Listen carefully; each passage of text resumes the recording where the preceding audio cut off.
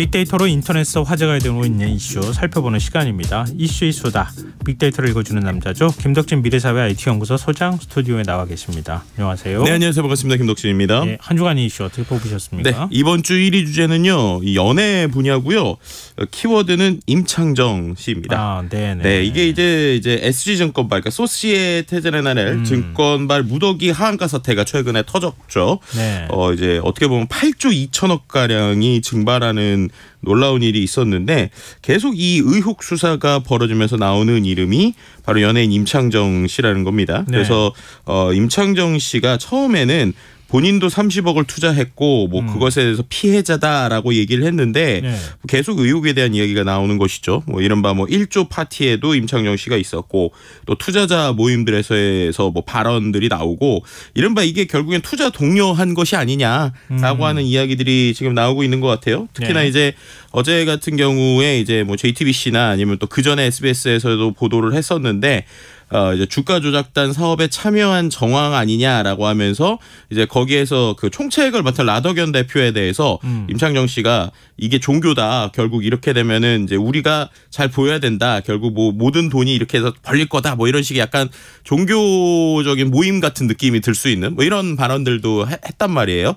그렇게 되다 보니까는 이제 정말로 모르는 상황에서 이렇게까지 얘기하는 것이 맞느냐라고 하는 이야기가 있고요. 또 반대로는 아니다. 이제 임창정 씨도 해명한 게 그런 비슷한 부분인데 이미 거기에 있는 사람들은 더 이상 투자를 뭐 독려하는 사람들이 아니고 이미 투자를 많이 한 사람들이라 이렇게 좀 즐겁게 하기 위해서 좀 분위기를 띄우기 위해서 뭐 이렇게 얘기한 거다라는 맥락들이 좀 있는 상황인 것 같습니다. 오늘 뭐 그 임창정 씨 측에서 밝힌 내용 보니까 네. 처음에 나도 의심스러워가지고 못 믿으니까 네.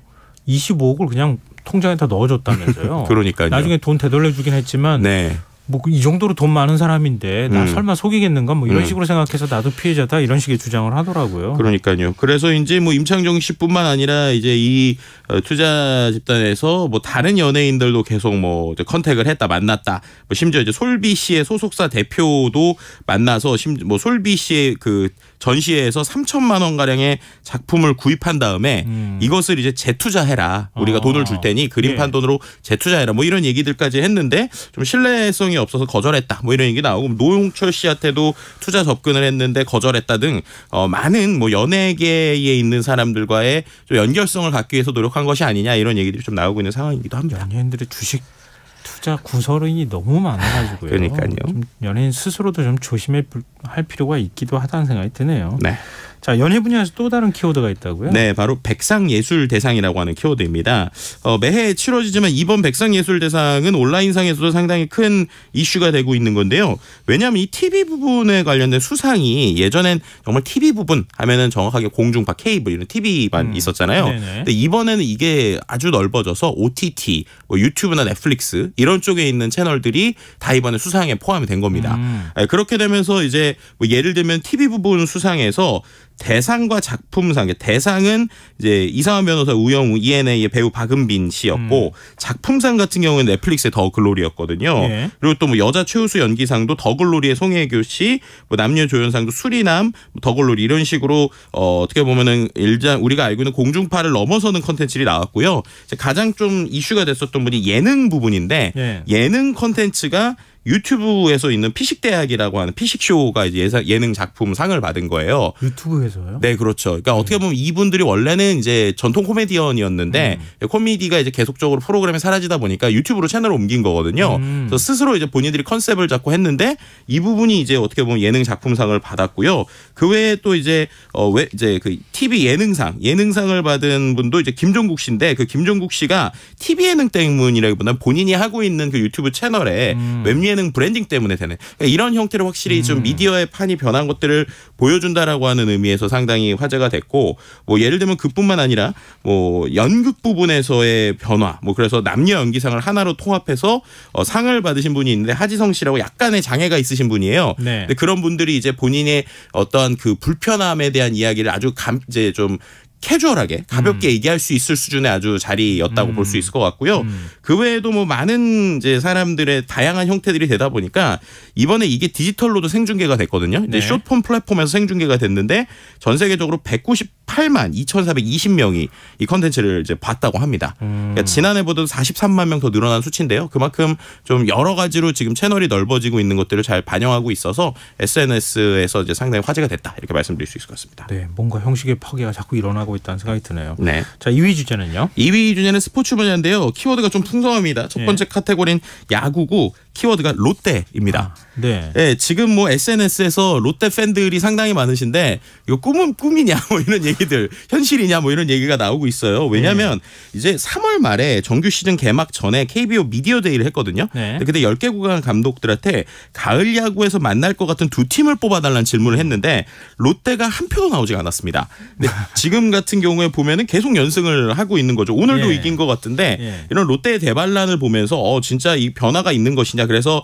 이른바 이제 톱대, 그러니까 탑대라고 하죠. 탑이 된 롯데 이렇게 해서 약어가 나오고도 있고요. 근데 한편에서 이제 또 이런 것들을 약간 비아냥거리는 봄대라는 표현이 있어요. 봄대요? 내가 봄에만 강한 롯데 이래가지고 지금까지도 이제 봄 시즌에는 상당히 잘하다가 뒤에 힘이 없어졌다는 거예요. 근데 지금은 다르다 얘기를 하고 있습니다. 왜냐하면 실제로도 연승 가도도 지금까지 중에 거의 엄청난 수준의 연승 가도를 하고 있고 제일 포인트는 이른바 이제 버림받은 방출 선수들이 다시 힘을 쓰고 있다라고 하는 게 어떻게 보면 지금의 변화를 보여주고 있어서 향후에도 이 롯데의 반란 혹은 롯데의 변화 어디까지 갈 것인지 KBO의 흥행하고도 바로 연결되는 주제라서 계속 좀 관심을 많이 받을 것으로 보입니다.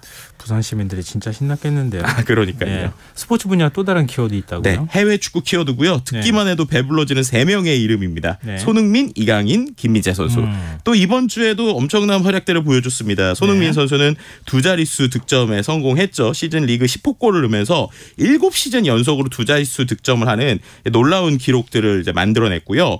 또 이강인 선수 같은 경우에도 지난주에도 이제 우리가 얘기를 했지만 또 8일 만에 리그 6번째 골을 넣으면서 스페인 그 프리메라 리그, 그러니까 라리가라고 하죠. 여기서 그 슛과 어시스트 포함해서 두 자릿수 공격 포인트를 기록한 최초의 이제 한국 선수가 됐습니다. 이제 10개 이제 슛과 어시스트를 포함하면은 이제 10개가 넘은 것이죠. 예. 그리고 이제 또 한 가지 흥미로운 거 지난주에 저희가 이제 김민재 선수 얘기하면서 나폴리가 이제 우승을 준비하려고 이제 본인들의 축구 경기도 하루 당겨달라고 그랬잖아요. 네. 실제로 그게 받아들여졌습니다. 그래서 하루 당겨져서 하루를 늦춰져서 경기를 했거든요. 근데 우승을 확정을 못 쳤어요.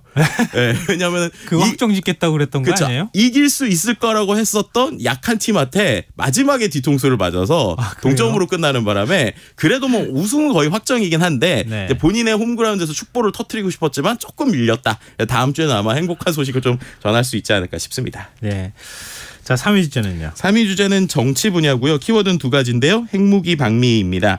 핵무기에 대해서는 이제 한미 정상회담 성과에 대한 이야기고요. 뭐 한미 동맹이 재래식 군사력을 기초로 한 동맹이 아니라 핵 억제 동맹으로 업그레이드됐다라고 말한 조태영 국가안보실장의 이야기와 관련돼서 뭐 여러 가지 이슈가 되고 있는 상황이다라고 말씀드릴 수 있을 것 같고요. 네. 그래서 이제 이 방미 결과를 놓고 이제 전혀 다른 해석들이 나오고 있는 것이죠. 예를 들면은 국민의힘 같은 경우는 새 이정표가 수립됐다라고 여당에서 얘기하고 있고 야당에서는 아니다. 오히려 새 문제점들이 야기됐다라고는 전혀 반대의 모습을 보여주다 보니까 향후에도 이 어떤 방미 성과 그리고 이제 앞으로의 정상회담에 대한 이야기들은 계속적으로 이어질 것으로 보입니다. 자, 그러면 4위 주제는요? 4위 주제는 IT 과학 분야고요. 첫 번째 키워드는 AI입니다. 요즘에 워낙 생성형 AI가 많잖아요. 근데 이런 것들을 한 딥러닝이라고 하는 거에 거의 아버지라고 불리시는 분이 있어요. 이분이 제프리 힌턴이라는 교수님이신데 76살이시고 평생을 딥러닝에 이제 몰두하신 분이라 거의 우리가 있는 대부분의 지금 쓰는 인공지능의 모든 논문이 거의 이분에서 나왔다고 해도 될 정도거든요. 근데 이분이 이번에 구글에 사표를 냈습니다. 그게 이제 상당히 화제가 되고 있어요. 10년 동안 구글에서 이제 몸을 담으면서 이런 딥러닝을 다 만들었는데 이번에 왜 사표를 냈는지에 대한 이야기가 이제 뉴욕타임즈에 나온 건데요. 결국에 지금 AI 기술에 대해서 위험성이 있는데 이것을 내가 좀 자유롭게 비판하고 싶다. 근데 내가 한 기업에 있으면 안 되니까 그 기업을 나와서라도 지금 AI의 위험성에서 이야기하겠다라고 이 노 교수가 지금 나온 것입니다. 지금 구글은 마음이 조급하잖아요. 그렇죠. 서비스 빨리 시작해야 되는데. 그러니까요. 이제 그런 상황에서 나와서 AI가 살인 로봇으로 변할 수도 있을 것 같다. 그리고 오히려 내가 지금까지 연구해왔던 것들이 좀 오히려 뭐 후회스럽다. 이런 식의 발언들도 했거든요. 그러니까 어떻게 보면 딥러닝의 아버지라고 불릴 수 있는 사람이 이런 발언을 했다라는 게 많은 사람들에게 좀 지금 과연 이 생성형이 어떻게 될까에 대한 좀 고민을 하게 되는 상황이라고 볼 수 있을 것 같습니다. 계속 견제하는 목소리가 언론을 통해서 보도가 되는데 예를 들면 신문 한 페이지 넘기잖아요. 네. 그럼 인공지능 대단하다. 그 두 가지가 같이 지금 공존하는 것 같아요. 네, 맞습니다. 자, 마지막 5위 주제는요? 5위 주제는 산업 분야의 레저 산업 분야고요. 키워드는 연휴입니다. 뭐 우리나라뿐만 아니라 중국, 일본, 뭐 이제 우리가 이른바 노동절이라고 하죠. 노동절 연휴에 지금 아시아권이 뜨겁다는 건데요. 특히나 중국인들이 보복 관광에 나서면서 중국에서는 숙소가 모자라서 화장실에서까지 잠을 자는 이런 관광객들이 생긴다고 해요. 왜냐하면 닷새 연휴 기간 동안에 중국 내에서만 2억 4천만 명이 여행에 나섰다고 합니다. 정말로 보복 소비인 거죠. 그래서 코로나 이제 23조 원의 관광 수익이 내부적으로 일어날 것으로 보이게 되고 그런데 이제 홍콩을 찾은 중국 관광객은 코로나 전에 한 52% 정도밖에 되지 않는다고 해요. 실제로 우리나라에서도 보면 제주도와 베이징의 하늘길이 3년 만에 열렸거든요. 그런데 지금 이러한 연휴 기간에 생각보다 중국 사람들이 많이 오진 않았다고 합니다. 그러다 보니까는 이런 지금 중국에 있었던 여행에 대한 보복 소비가 과연 우리나라로 어떤 식으로 연결될 수 있게 할 것이냐에 대한 좀 고민과 전략들이 이어지고 있다라고 말씀드릴 수 있을 것 같고요. 그래서인지 최근에 이제 지자체가 또 이번에 또 어린이날 연휴가 있잖아요.